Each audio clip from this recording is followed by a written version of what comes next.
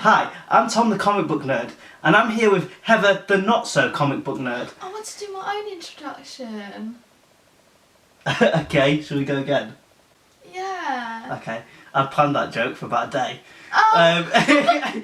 A few moments later. Hi, I'm Tom the comic book nerd. Hi, I'm Heather the comic book novice. And this one's a little bit special. This is for my 100 subscribers. Thank you so much. The last month has been a little bit of a whirlwind, but I thought I'd do something a little bit different. I recommended a few comic books to my wife, and a little bit of a backstory. My wife is, well, a novice. She doesn't even read books, even when I buy them for her. So this is going to be really interesting. So I recommended 4 comic books to her that I think she would really like. The 4 I recommended were Dark Knight Adventures. No. Dark Claw Adventures. The 4 I recommended were Dark Claw Adventures, I Solar, I Am Groot, which is here, lovely artwork, and Deadpool the Musical. I did want to recommend more, but my wife was like, well, if you want this video for the next century, then I'll just read these 4, which is fair enough. So, to Heather, who is going to talk first about Dark Claw Adventures. Dark Claw Adventures.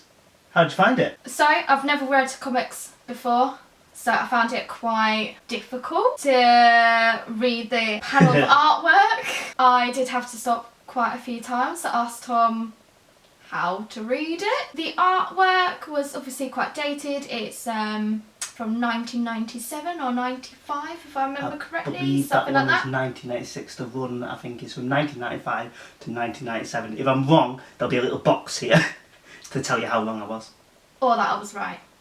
So obviously, yes, it's from the 90s anyway, so the artwork is obviously slightly different, a lot older, a lot dated. I found the panelling of the artwork a bit confusing at times. It didn't flow very well, so I did have to stop and start. I didn't really like it.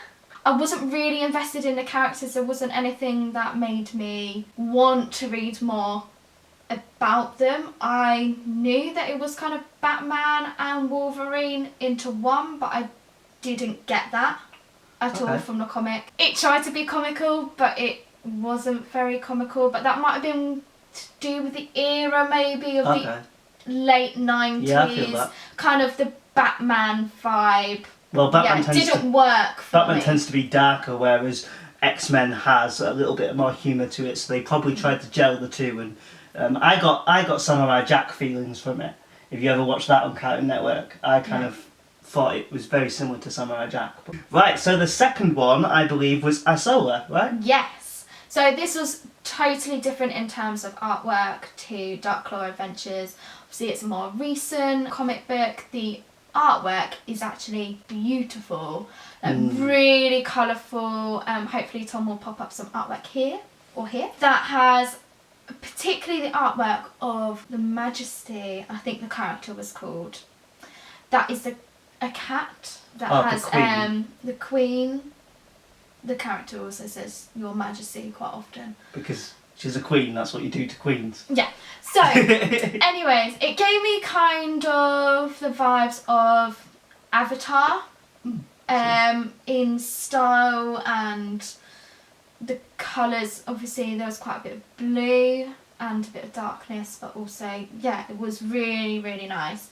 I didn't fully understand the whole of the story. I felt like I was kind of dived straight in it, but that being said, I do want to carry on reading it.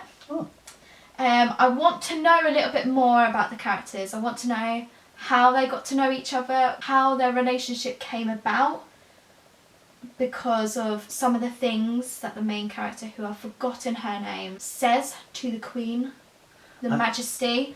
So I want to know kind of how they got to know each other and who the Queen actually is. It's alluded that she is in disguise as a cat, so I'm intrigued. I will say, reading it without spoiling it, you do learn a little bit more. So if you're on the fence of the book and you do want a kind of story that unravels very slowly, I saw as a really good pitch. So, what was the next one I had lined up for you? Next one was I Am Groot. Which is here. I've watched the Guardians of the Galaxy films, so it lived up to the expectations in terms of the artwork and the narrative. Because of watching the films, it helped me understand the characters a bit more. I also was able to kind of voice the characters a bit better, because obviously I didn't know kind of really how Batman / Wolverine would sound like. Never, obviously, there isn't a film of Isola, so I'm aware.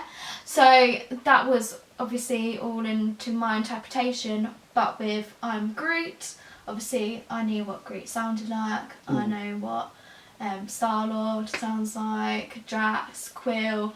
So it was a lot easier for me to read that one. The panelling of the artwork is a lot easier than Dark Claw Adventures as well. Obviously, I would assume it's because it's a more of a recent comic. It can also depend on who the panellist and artist is. Yeah, I did find it a lot easier to read and understand. But I also think it's because it was the third comic that was reading. So I was getting used to the left to right, reading all of the speech bubbles in the right order and looking at the artwork. The training wheels. That is a big important thing to do. Look at the artwork as well, not just the speech bubbles. It's not a book. Heather's top tips, the more you know.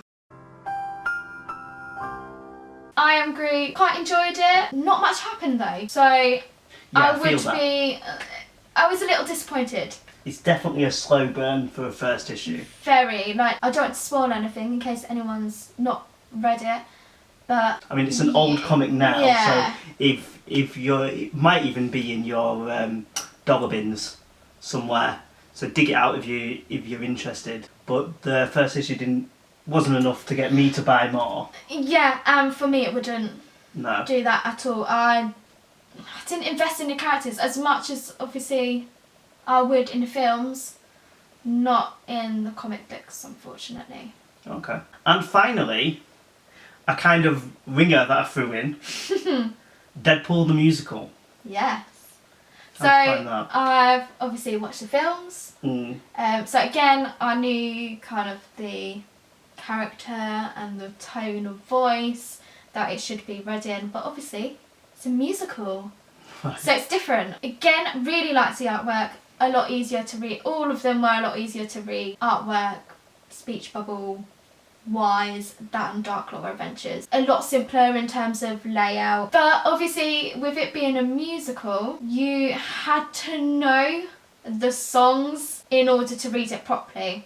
So there's a few that I didn't know, so I had to just read it normally. So you don't get the full effect unless you know the songs. The songs where I... Doesn't it have it credited at the bottom? Yes, so at the bottom of... So you go through a few speech bubbles and then it tells you which one it is. It would be handy if it was at the top first, so you knew what you were reading. Yeah, that's fair. In what thing.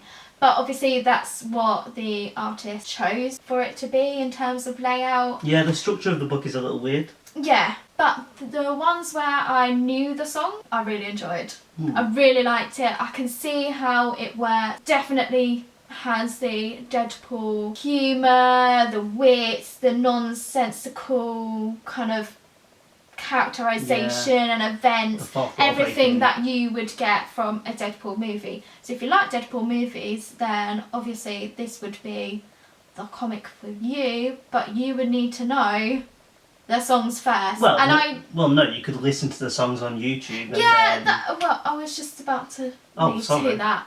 Obviously, you don't know them to Google, but I didn't do that because I was time pressured. I had to do it today. I mean, you weren't time pressured. She's had 3 days. So, thanks a lot, guys, for tuning in. But now the time you've all been waiting for, if you haven't just skipped ahead. Heather's going to give you the official Heather the Comic Book Novice list for these 4. Okay, so in the 4th place... Dark Claw Adventures. 3rd... I Am Groot. Ooh. 2nd...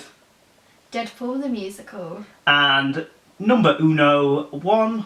Isola. So Isola was the only one where it wasn't a standalone issue, so I only read part of chapter 1. So I would like to finish chapter 1 just to see whether I still have the same investment of it. Again, I really do like the artwork. Like, it's not your typical comic book.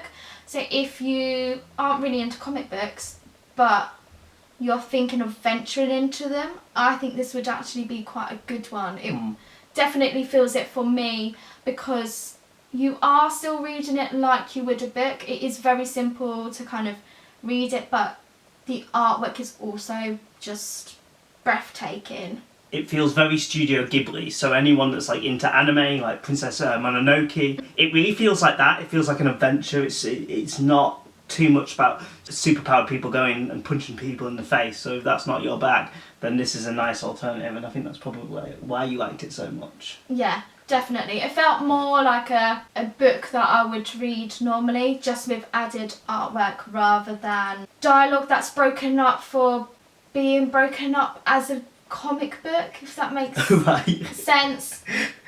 I mean, not to me, but maybe to somebody. So that's it, guys. Thanks a lot for joining me and joining my wife this time around. If you want me to do another one of these, leave some comments in what you think Heather should read next. What 4 comic books do you think that she would really like? I have a stack of ones that she probably would really like, but I chose these 4 to kind of give her a really wide berth and to kind of put the training wheels on and really coax her mind into what a comic book is like. A lot of the time you will get YouTubers that will say things like, I never thought this was possible, rah rah rah, tears in their eyes, very dramatic.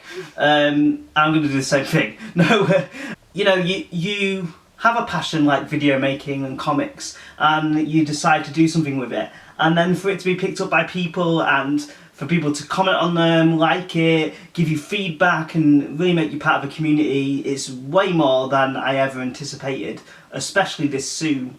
I really love making these things, and I would probably still make it if I had an audience of 2, but to have an audience of 102 or 108 or whatever is just absolutely incredible. So thank you so much. If you liked this video or my other videos, as always, feel free to subscribe and like it. It really helps me grow, get out there to other people, and maybe get people to read more comic books like Heather here. Thanks a lot, guys. See you later.